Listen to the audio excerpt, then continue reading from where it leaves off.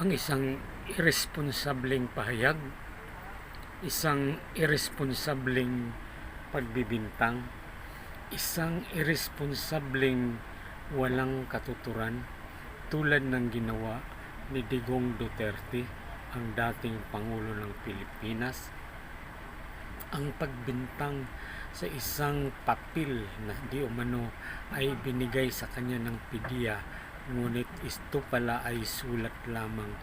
Ito ay hindi dapat ibubunyag sa publiko na wala namang katotohanan, at ito'y isang kasinungalingan, fake.